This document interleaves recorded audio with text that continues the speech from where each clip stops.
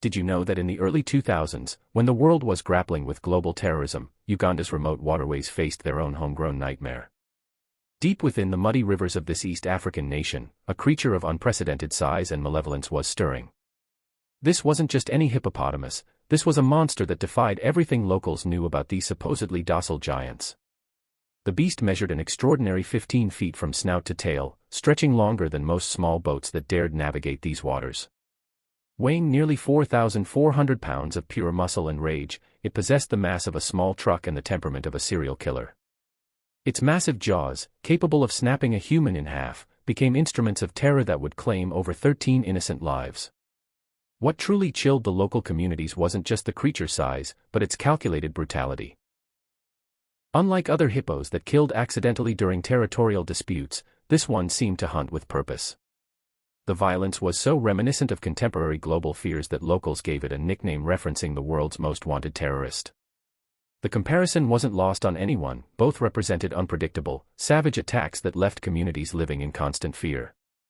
Word of the killings spread like wildfire through fishing villages and trading posts along the riverbanks. Mothers began keeping their children away from the water's edge. Fishermen started traveling in larger groups, their eyes constantly scanning the murky surface for any sign of movement. The creature had transformed peaceful waterways into hunting grounds, and everyone knew they were the prey. What made this hippopotamus truly terrifying wasn't just its size, it was the complete abandonment of normal hippo behavior. Most hippos are content to remain in their aquatic territories, emerging only briefly to graze on nearby vegetation. But this creature had evolved into something far more sinister, a land-stalking predator that actively pursued human victims. Witnesses described scenes that seemed impossible. The massive beast would emerge from the river like some prehistoric nightmare, its 4-ton bulk moving with surprising speed across dry land. It would charge through villages, crushing huts and pursuing fleeing residents with single-minded determination. Boats weren't safe either, the creature would ram vessels with the force of a torpedo, splintering wood and hurling occupants into the water where they became easy targets. The most harrowing account came from a fisherman named Joseph, whose routine morning trip became a fight for survival.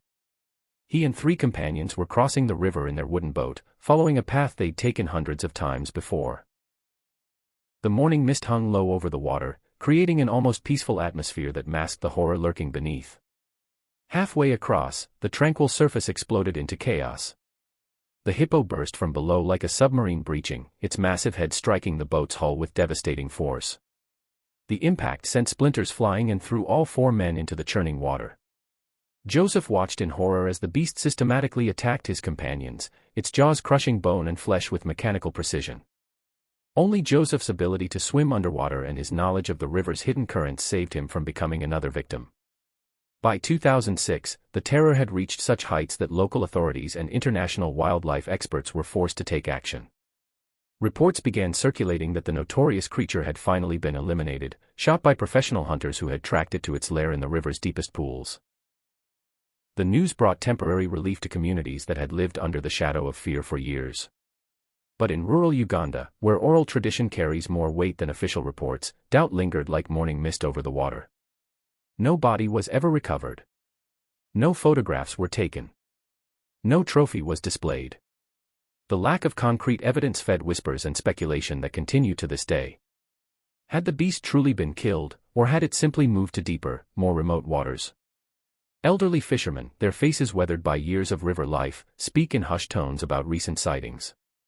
They describe unusual disturbances in previously calm waters, massive shapes moving beneath the surface, and the discovery of boats found mysteriously damaged along remote shorelines.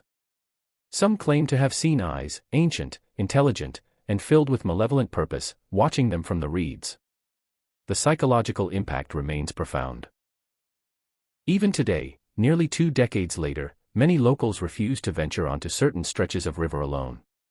Parents continue to warn their children about the waters, not with fairy tale monsters, but with stories of a very real predator that may still be waiting beneath the surface.